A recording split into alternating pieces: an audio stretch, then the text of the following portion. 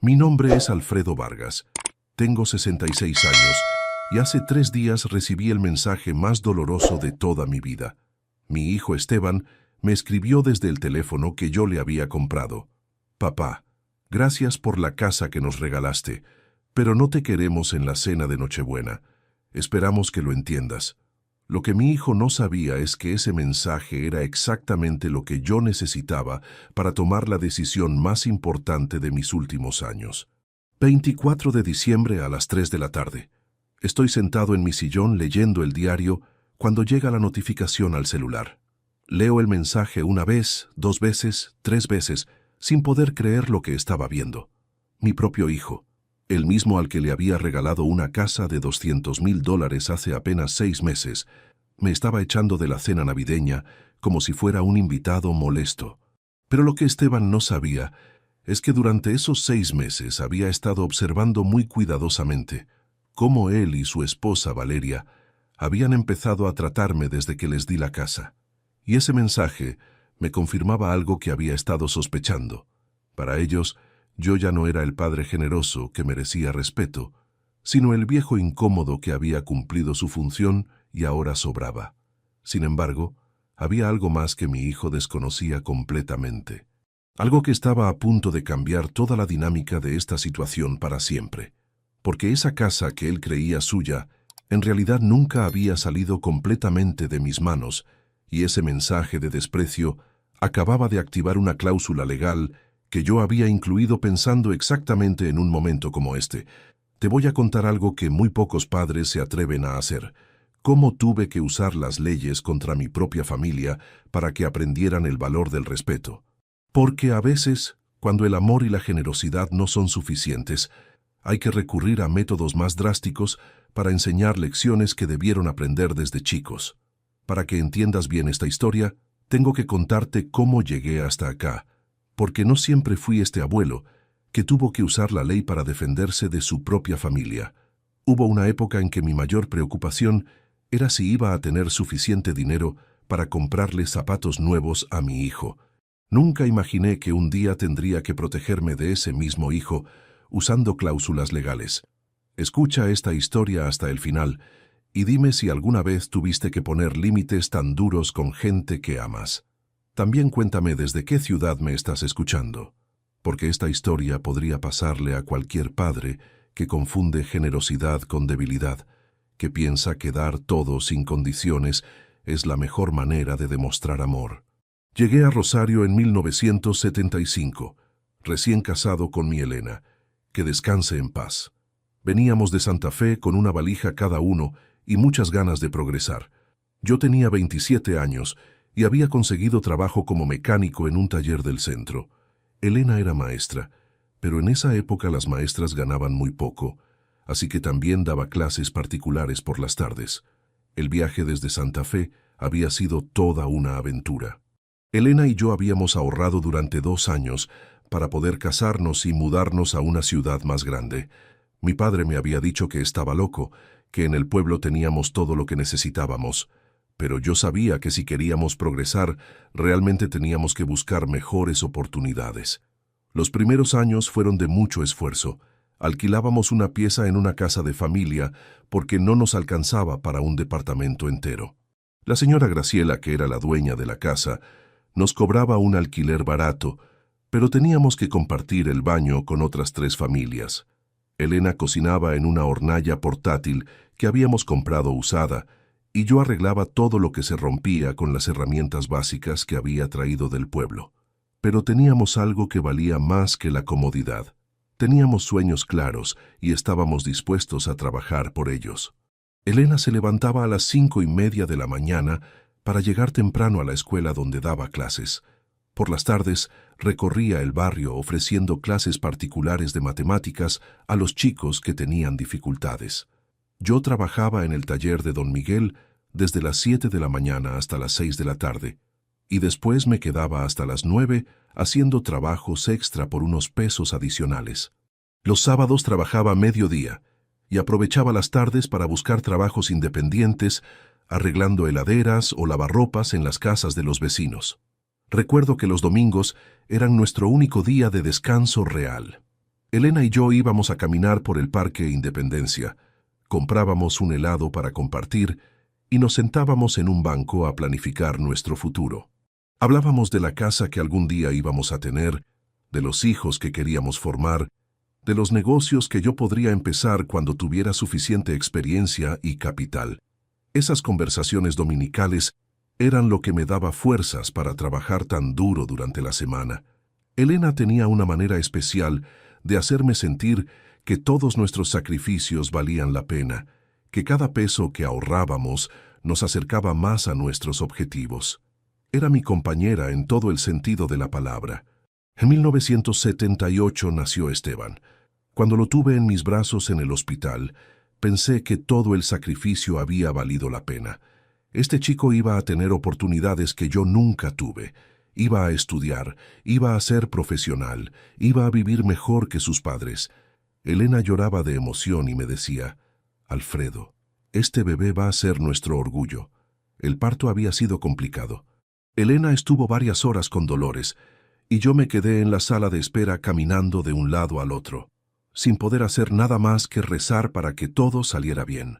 Cuando finalmente el doctor salió y me dijo que tenía un hijo sano y que Elena estaba bien, sentí que se me quitaba un peso enorme de encima. Los primeros meses con Esteban fueron una mezcla de alegría absoluta y cansancio extremo. Elena había tomado licencia por maternidad, pero eso significaba que teníamos menos ingresos justamente cuando más gastos teníamos. Los pañales, la leche en polvo, la ropa de bebé, todo costaba más de lo que habíamos calculado. Pero ver a Elena con nuestro hijo me daba una energía que no sabía que tenía. Era una madre natural. Sabía exactamente qué hacer cuando Esteban lloraba, cómo calmarlo, cómo hacerlo dormir. Yo la ayudaba todo lo que podía, especialmente en las madrugadas cuando el bebé se despertaba y Elena ya estaba agotada. Durante esas noches largas, mientras Elena le daba el biberón a Esteban, yo me sentaba al lado y los miraba a los dos. Pensaba en todo lo que quería darle a mi hijo, en todas las oportunidades que iba a tener que crear para él. Me prometí a mí mismo que Esteban nunca iba a pasar las necesidades que yo había pasado de chico. Para esa época, yo ya había cambiado de trabajo. Un cliente del taller me había ofrecido un puesto mejor en su empresa de transporte. Don Roberto Sánchez era dueño de una empresa mediana que se dedicaba al transporte de mercaderías entre Rosario y Buenos Aires. Me ofreció un sueldo 30% mejor que el que ganaba en el taller, además de la posibilidad de hacer horas extras y viajes especiales. No ganaba mucho más, pero tenía estabilidad y la posibilidad de hacer horas extras.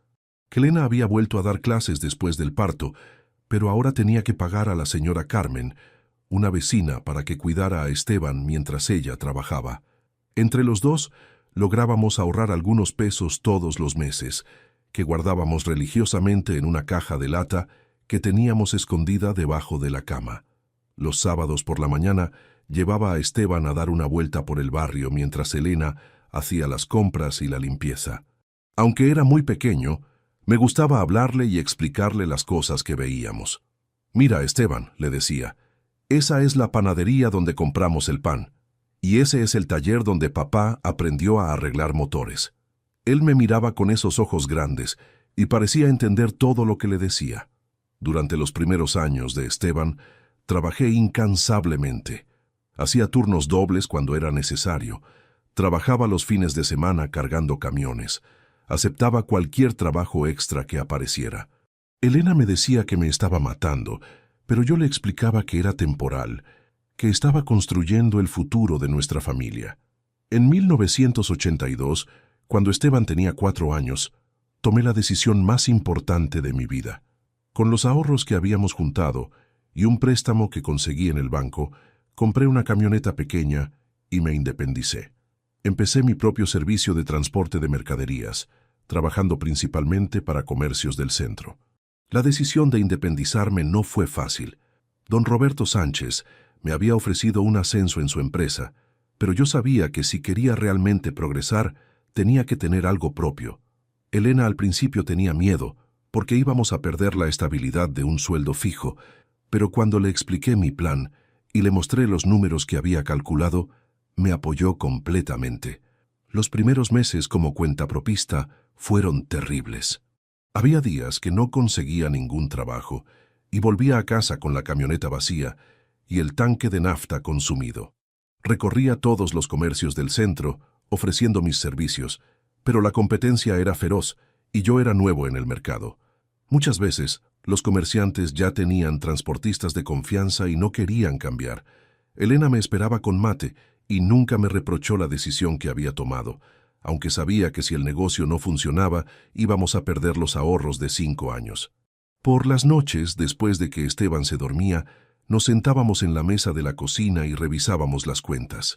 Elena llevaba un cuaderno donde anotaba todos nuestros gastos y yo calculaba cuánto necesitaba ganar por día para que el negocio fuera rentable. Pero tenía algunas ventajas que mis competidores no tenían. Conocía muy bien la ciudad porque había trabajado para don Roberto durante varios años. Sabía qué rutas eran más rápidas, en qué horarios había menos tráfico, dónde se podía estacionar sin problemas. También había aprendido a tratar con todo tipo de gente, desde almaceneros hasta gerentes de grandes empresas. Mi estrategia era simple: ofrecer un servicio confiable a un precio justo. Siempre llegaba a horario, nunca dañaba la mercadería y cobraba exactamente lo que había presupuestado.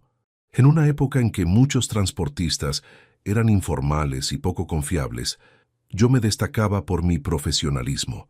De a poco empecé a conseguir clientes fijos. Primero fue don Carlos, que tenía una ferretería en el centro y necesitaba que le llevara mercadería desde el puerto. Después fue la señora Beatriz, que tenía una tienda de ropa y necesitaba trasladar stock entre sus 2 locales. Cada cliente nuevo me recomendaba con otros comerciantes, y así empezó a crecer mi cartera. Para 1985 ya tenía 3 camionetas y 2 empleados. Había contratado a Jorge, un muchacho joven que había trabajado conmigo en la empresa de don Roberto, y a Mario, un tipo mayor con mucha experiencia en el rubro. Los dos eran trabajadores honestos que entendían la importancia de cuidar la reputación del negocio. Elena había dejado de dar clases particulares y se había puesto a manejar la parte administrativa del negocio desde casa. Tenía una habilidad natural para los números y se encargaba de la facturación, el pago de sueldos y el control de gastos. También atendía el teléfono y coordinaba los trabajos con los clientes. Era mi socia en todo el sentido de la palabra. Esteban creció viendo todo ese esfuerzo. Cuando tenía 8 años, los sábados venía conmigo a las entregas más cortas y me ayudaba acomodando cajas pequeñas. Le gustaba conocer los diferentes barrios de la ciudad, charlar con los comerciantes, entender cómo funcionaba el negocio. «Papá», me decía, «cuando sea grande voy a trabajar contigo en los camiones». Le pagamos la mejor educación que pudimos. Colegio privado, clases de inglés e informática. Todo lo que considerábamos necesario para que tuviera un futuro prometedor. Elena lo ayudaba con las tareas todas las noches, y yo le contaba historias de trabajo para que entendiera el valor del esfuerzo. En 1990, Esteban tenía 12 años y yo ya tenía 10 camionetas trabajando. La empresa había crecido mucho, teníamos contratos importantes con varios supermercados y fábricas de la zona. Elena manejaba la parte administrativa desde casa y era excelente con los números y la atención a los clientes. Durante la adolescencia de Esteban, las cosas fueron relativamente tranquilas. Era un buen estudiante, responsable, respetuoso con Elena y conmigo. Ayudaba en la oficina los fines de semana. Conocía a todos los empleados. Entendía perfectamente cómo funcionaba el negocio familiar. Parecía el hijo ideal. Cuando terminó el secundario en 1996, Esteban decidió estudiar administración de empresas. Quería, según sus palabras, modernizar el negocio familiar y llevarlo al próximo nivel.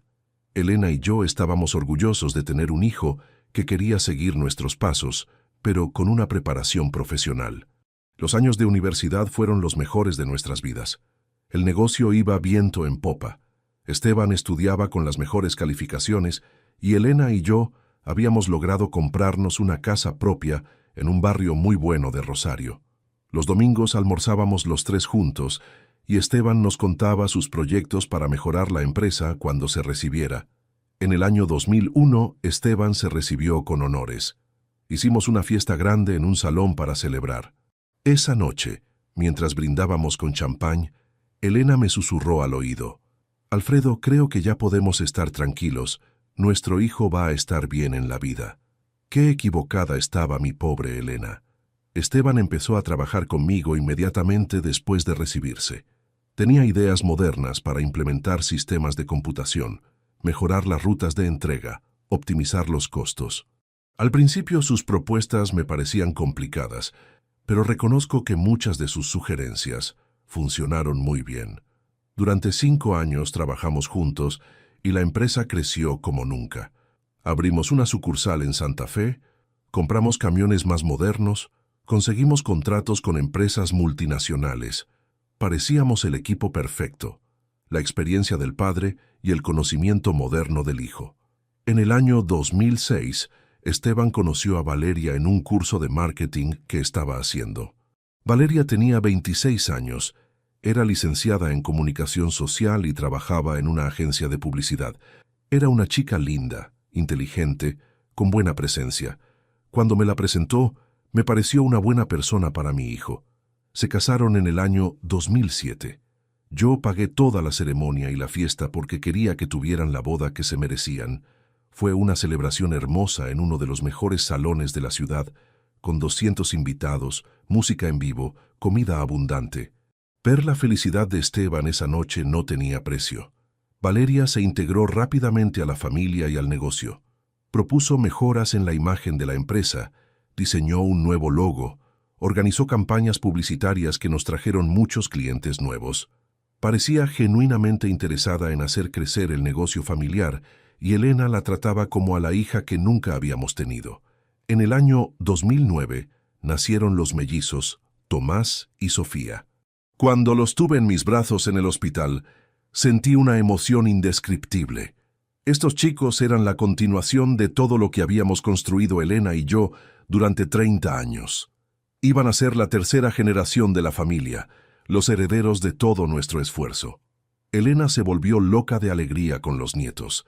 Todos los días iba a la casa de Esteban y Valeria para ayudar con los bebés. Los cuidaba, les cocinaba, les cantaba canciones de cuna. Era la abuela perfecta que había soñado ser desde que nació Esteban. Los mellizos la adoraban y ella vivía para ellos. En el año 2011, cuando los mellizos tenían 2 años, pasó algo que marcó el inicio del fin. Elena empezó a sentirse mal, muy cansada, sin apetito. Al principio pensamos que era el estrés de cuidar 2 chicos pequeños, pero cuando los síntomas empeoraron, la llevé al médico. El diagnóstico fue devastador: cáncer de páncreas avanzado. La doctora Fernández nos explicó el diagnóstico en su consultorio un martes por la tarde, que jamás voy a olvidar. Elena me agarraba fuerte la mano mientras la médica nos explicaba que el cáncer estaba en una etapa muy avanzada, que había pocas opciones de tratamiento, que tal vez con quimioterapia podríamos ganar algunos meses más. Elena se quedó muy callada durante toda la consulta. Solo hizo una pregunta: ¿cuánto tiempo me queda? La doctora Fernández le dijo que era difícil calcularlo, pero que probablemente entre 6 meses y 1 año. Esa noche, cuando llegamos a casa, Elena se sentó en el sillón del living y se puso a llorar como nunca la había visto llorar. No lloraba por ella, lloraba por mí, por Esteban, por los mellizos que eran tan pequeños y que no iban a recordar mucho de su abuela.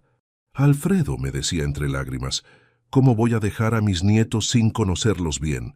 ¿Cómo vas a hacer vos solo cuando yo me vaya? Los siguientes 2 años fueron una pesadilla. Elena luchó contra la enfermedad con una valentía que me partía el corazón, pero la medicina no pudo hacer nada. Los tratamientos de quimioterapia la dejaban muy débil, perdió mucho peso, se le cayó el cabello. Pero nunca se quejó, nunca perdió la sonrisa cuando veía a los nietos. Vendí 2 camiones para pagar los mejores tratamientos disponibles. Llevé a Elena a Buenos Aires para consultar especialistas. Probé medicamentos experimentales que costaban una fortuna.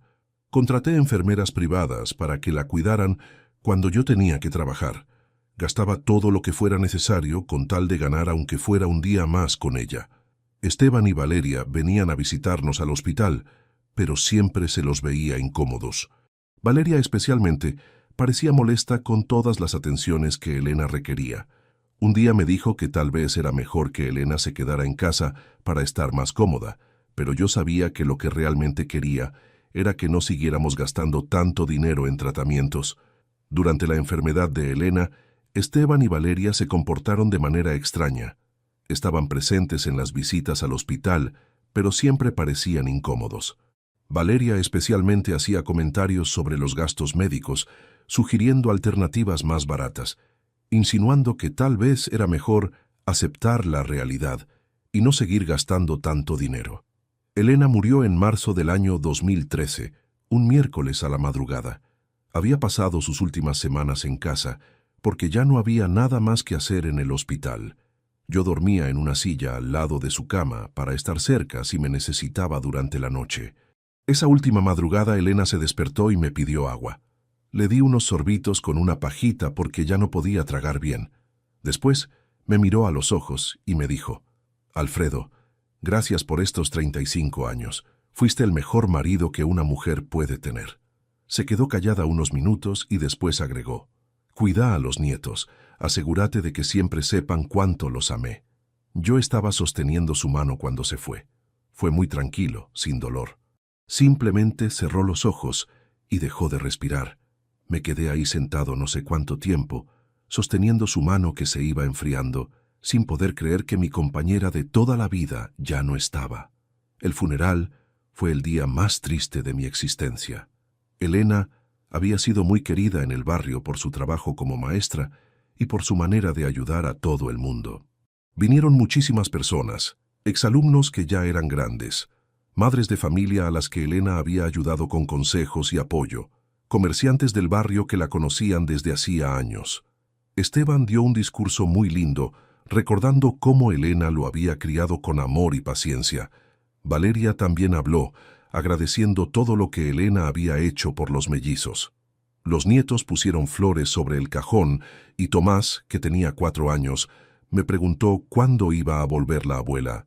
Tuve que explicarle que la abuela se había ido al cielo y que no iba a volver, pero que siempre iba a estar cuidándolos desde arriba. Después del funeral, todo cambió. Esteban y Valeria empezaron a visitarme con más frecuencia, pero no para acompañarme en el duelo, sino para hablar del futuro de la empresa y de mis bienes. Constantemente mencionaban que yo ya no era joven, que necesitaba ayuda para manejar tantas responsabilidades, que era hora de empezar a transferir todo a la siguiente generación. En el año 2014, cuando ya había pasado un año de la muerte de Elena, Esteban me hizo una propuesta que me sorprendió. Quería que le vendiera mi parte de la empresa y que yo me retirara definitivamente. Me ofreció un precio que parecía justo y me aseguró que iba a conservar a todos los empleados. Parecía una transición natural. Acepté la propuesta porque realmente me sentía cansado después de todo lo que había pasado con Elena. Además, confiaba en que Esteban iba a manejar bien el negocio que habíamos construido juntos. Le vendí mi parte de la empresa y me jubilé con 62 años, pensando que iba a poder disfrutar de mis nietos y de los frutos de 30 años de trabajo. Los primeros meses de mi jubilación fueron agradables. Visitaba a los mellizos todas las semanas, los llevaba al parque, les compraba juguetes, les contaba historias sobre su abuela Elena. Esteban y Valeria parecían contentos con el arreglo y me trataban con respeto. Pero de a poco empecé a notar cambios sutiles en su comportamiento. Las visitas a mi casa se fueron espaciando. Antes venían todos los domingos a almorzar, pero gradualmente las visitas se redujeron a cada 15 días, después a una vez por mes. Cuando yo los llamaba para invitarlos, siempre tenían excusas, que los chicos tenían actividades, que Valeria estaba ocupada, que Esteban tenía compromisos de trabajo. También noté que cuando sí venían a visitarme, las conversaciones se volvían tensas. Valeria hacía comentarios sobre mis gastos, cuestionaba las cosas que compraba para los nietos, sugería que tal vez era hora de que me mudara a un lugar más pequeño. Esteban la secundaba, diciendo que era normal que a mi edad quisiera simplificar mi vida. En el año 2016, cuando los mellizos tenían 7 años, Esteban y Valeria compraron una casa nueva en un barrio exclusivo de la ciudad. Era una propiedad impresionante, mucho más cara de lo que yo calculaba que podían pagar con los ingresos de la empresa. Cuando les pregunté cómo habían conseguido el dinero, me dijeron que habían pedido un préstamo hipotecario, pero algo no me cerraba. Conocía perfectamente bien los números de la empresa porque la había manejado durante 20 años. Sabía cuánto se podía ganar en un año bueno y cuánto costaba una casa como la que habían comprado. Los números no coincidían, aunque yo no dije nada en ese momento. Durante el año 2017 empecé a notar que los mellizos venían menos a visitarme. Cuando les preguntaba por qué no los veía tan seguido, me decían que tenían muchas actividades extraescolares, que estudiaban inglés, que practicaban deportes, pero sospechaba que había algo más detrás de esas excusas. Un día Tomás, mi nieto, me dijo algo que me dolió mucho. Abuelo, mamá dice que vos estás muy triste desde que murió la abuela y que es mejor que no vengamos tanto para que puedas descansar. Valeria había decidido unilateralmente que mis nietos no debían pasar tiempo conmigo porque yo estaba demasiado deprimido. Le expliqué a Tomás que yo extrañaba mucho a la abuela Elena, pero que estar con ellos me daba mucha felicidad, que no había nada en el mundo que me gustara más que pasar tiempo con mis nietos. El nene me entendió, pero obviamente no podía contradecir lo que le decían sus padres. En el año 2018 cumplí 65 años y decidí festejar con una fiesta pequeña en mi casa. Invité a Esteban, Valeria y los mellizos, además de algunos amigos cercanos. Para mi sorpresa, Esteban me dijo que no podían venir porque tenían un compromiso familiar del lado de Valeria. Festejé mi cumpleaños prácticamente solo. Esa noche, mientras limpiaba los platos de una fiesta a la que casi nadie había venido, tomé una decisión importante. Decidí hacer algo significativo para recuperar la relación con mi familia. Pensé que tal vez, si les demostraba con un gesto concreto cuánto los quería, las cosas podrían volver a ser como antes. Durante varios meses, estuve planeando el regalo más grande de mi vida. Con el dinero que había obtenido de la venta de la empresa y mis ahorros de toda la vida, decidí comprarles una casa a Esteban y Valeria. No cualquier casa, sino la casa de sus sueños en el mejor barrio de la ciudad. Encontré una propiedad hermosa en una zona residencial exclusiva. 5 dormitorios, 3 baños, jardín con piscina, garage para 2 autos. Era exactamente el tipo de casa donde yo había soñado que vivieran mis nietos. Costaba $200,000, prácticamente todos mis ahorros, pero pensé que valía la pena. En mayo del año 2022, 6 meses antes de recibir ese mensaje terrible, organicé una cena familiar para darles la sorpresa. Cuando les entregué las escrituras de la casa, Esteban y Valeria no podían creer lo que estaba pasando. Valeria se puso a llorar de emoción y Esteban me abrazó como no me abrazaba desde que era chico. Esa noche pensé que había logrado mi objetivo. Mi familia estaba unida nuevamente. Mis nietos iban a crecer en una casa hermosa y yo había demostrado con hechos concretos cuánto los amaba. Papá, me dijo Esteban esa noche, este es el regalo más generoso que alguien puede recibir. No sabemos cómo agradecértelo. Durante los primeros meses después de la mudanza, las cosas parecieron mejorar. Esteban y Valeria me invitaban seguido a la casa nueva, me mostraban las mejoras que estaban haciendo, me pedían opinión sobre la decoración. Los mellizos tenían sus propios cuartos y estaban felices con el jardín y la piscina. Pero de a poco empecé a notar que algo había cambiado en la actitud de mi familia hacia mí. En lugar de estar agradecidos por el regalo, parecían sentirse incómodos con mi presencia. Era como si el hecho de haberles dado una casa tan cara los hiciera sentir obligados a tolerarme y eso los molestaba. Valeria especialmente empezó a hacer comentarios que me resultaban extraños. Me decía que no era necesario que visitara tan seguido, que ellos necesitaban espacio familiar, que yo tenía que entender que habían formado su propia familia. Era como si mi generosidad, en lugar de acercarme a ellos, los hubiera alejado. En octubre pasado, 2 meses antes de recibir el mensaje, pasó algo que me abrió los ojos definitivamente. Fui a visitar a los mellizos un sábado por la tarde sin avisar, como había hecho durante años. Cuando toqué el timbre, Valeria atendió con una cara que no me gustó nada. «Alfredo», me dijo sin invitarme a pasar, «los chicos están ocupados con las tareas. Hubiera sido mejor que llamaras antes de venir». Los chicos estaban en el jardín jugando, obviamente no haciendo tareas.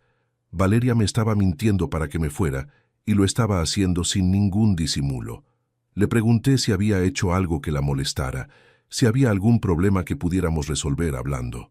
Me dijo que no había ningún problema, pero que yo tenía que entender que ellos tenían una vida muy ocupada y que no siempre podían recibirme cuando se me ocurría aparecer. Esa tarde, mientras caminaba de vuelta a mi casa, entendí algo que me dolió profundamente. Para Esteban y Valeria, yo ya no era el patriarca de la familia que merecía respeto y consideración.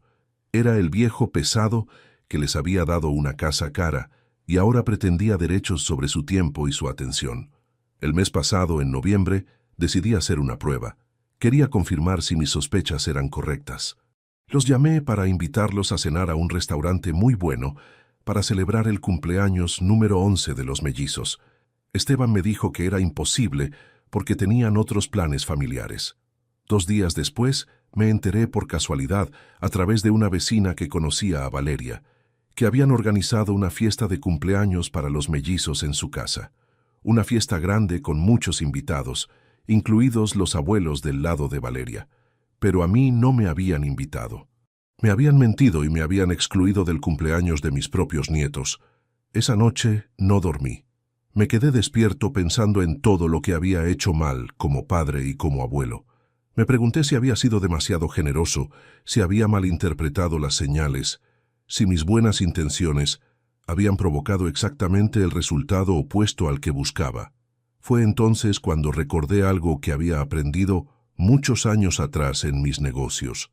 Cuando alguien te trata mal después de que le haces un favor, no es porque el favor haya estado mal hecho, es porque esa persona no tiene la calidad humana necesaria para valorar la generosidad. Y eso no es culpa tuya, es culpa suya. También recordé una cláusula muy específica que había incluido en las escrituras de la casa que les había regalado. Una cláusula que mi abogado me había sugerido por las dudas y que yo había aceptado pensando que nunca iba a ser necesaria.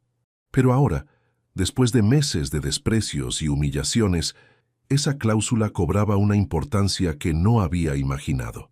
Y entonces llegó el mensaje que cambió todo. «Papá, gracias por la casa que nos regalaste, pero no te queremos en la cena de Nochebuena. Esperamos que lo entiendas».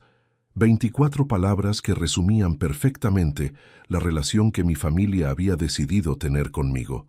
Tomar todo lo que pudiera darles y después descartarme como basura.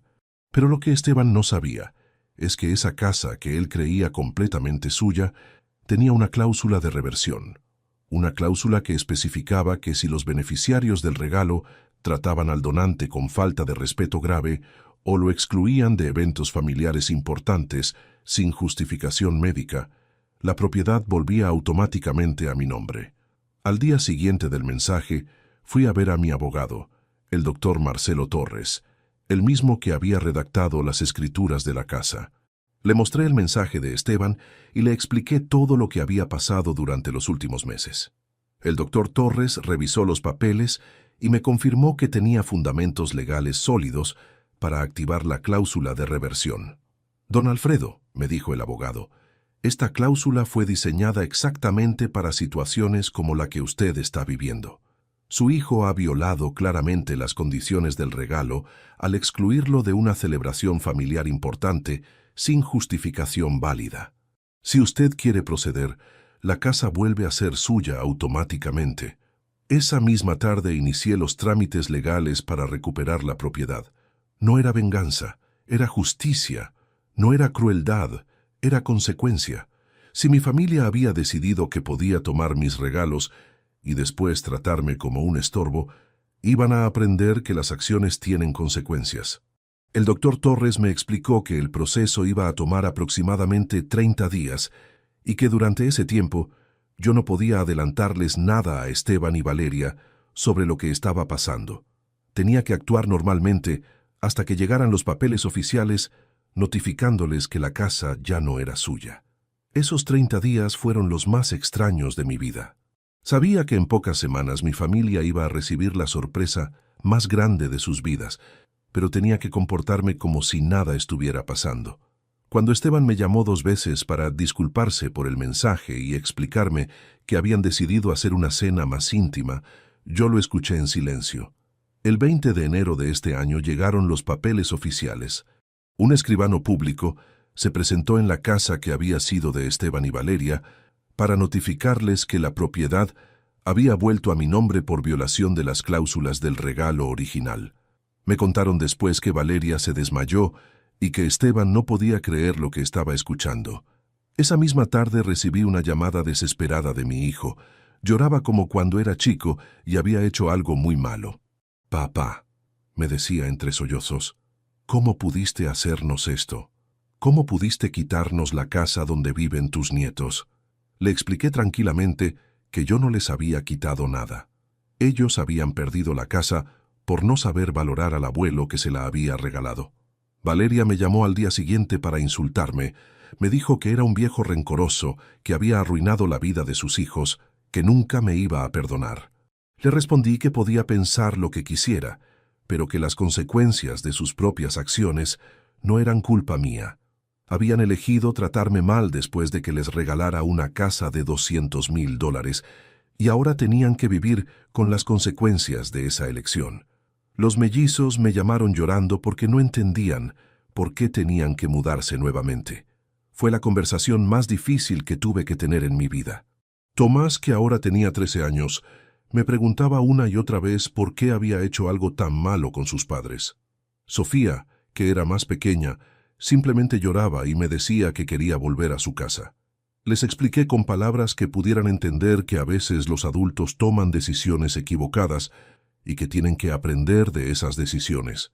Les dije que sus papás habían recibido un regalo muy grande de parte del abuelo, pero que después habían decidido que el abuelo no era importante para la familia.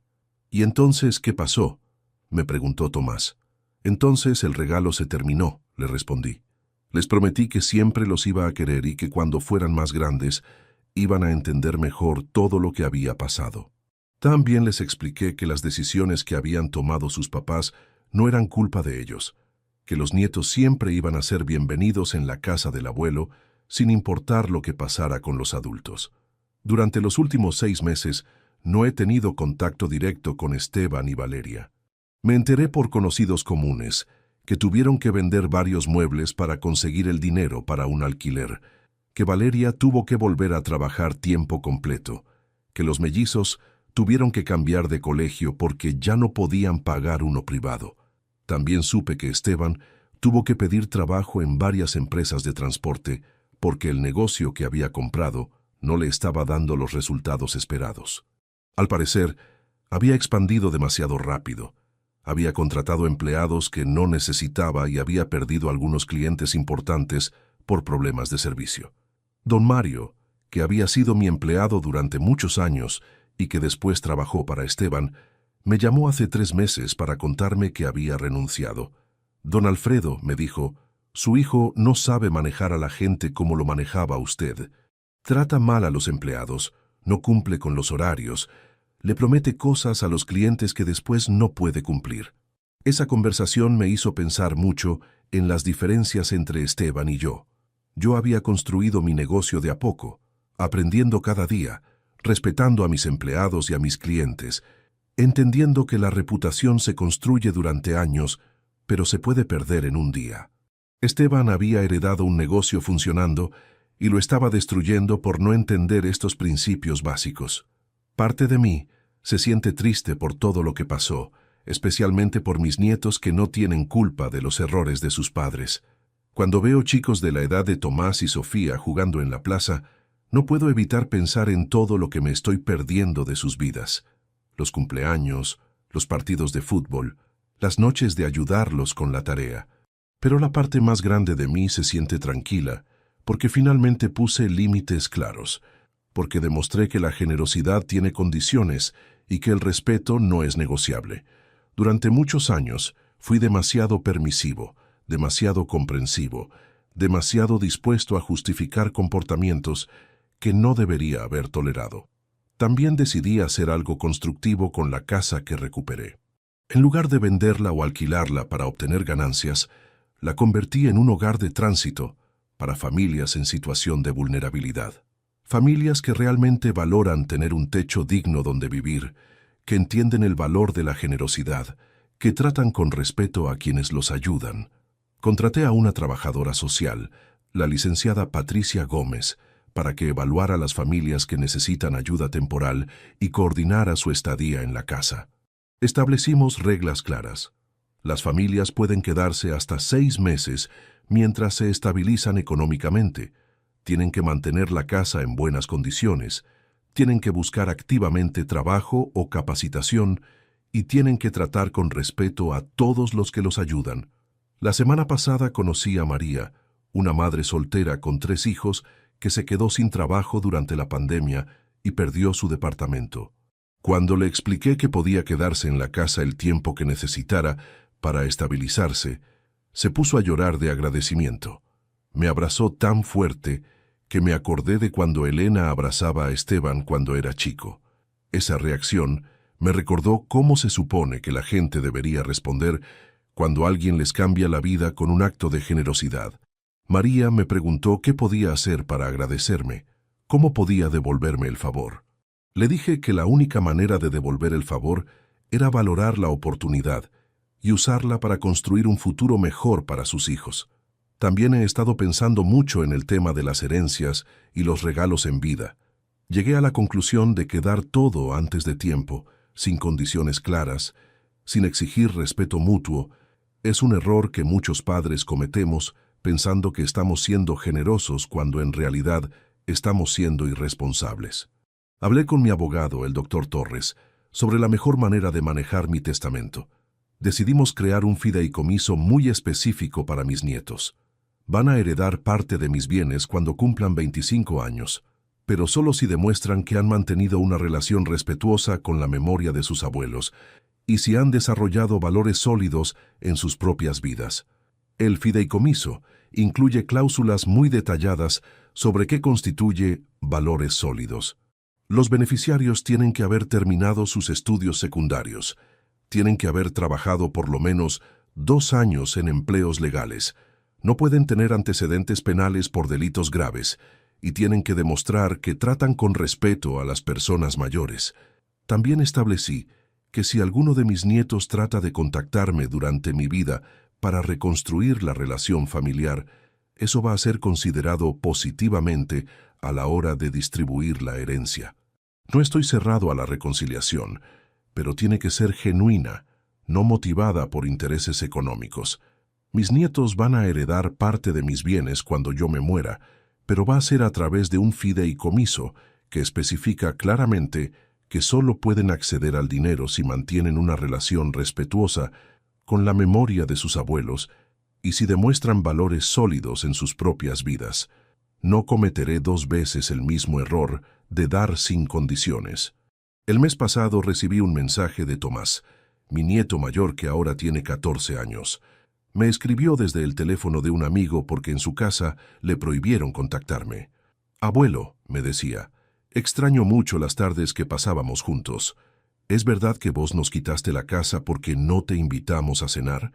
Le expliqué que yo no había quitado nada, que sus padres habían perdido la casa por no cumplir con las condiciones que tenía el regalo.